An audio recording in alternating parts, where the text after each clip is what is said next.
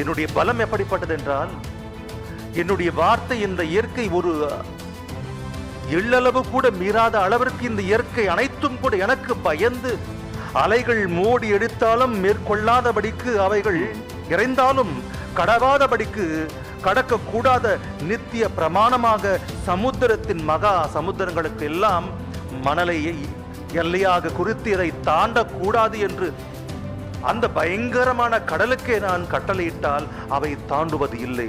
ஆனால் நீங்கள், இந்த ஜனங்களோ முரட்டாட்டம்,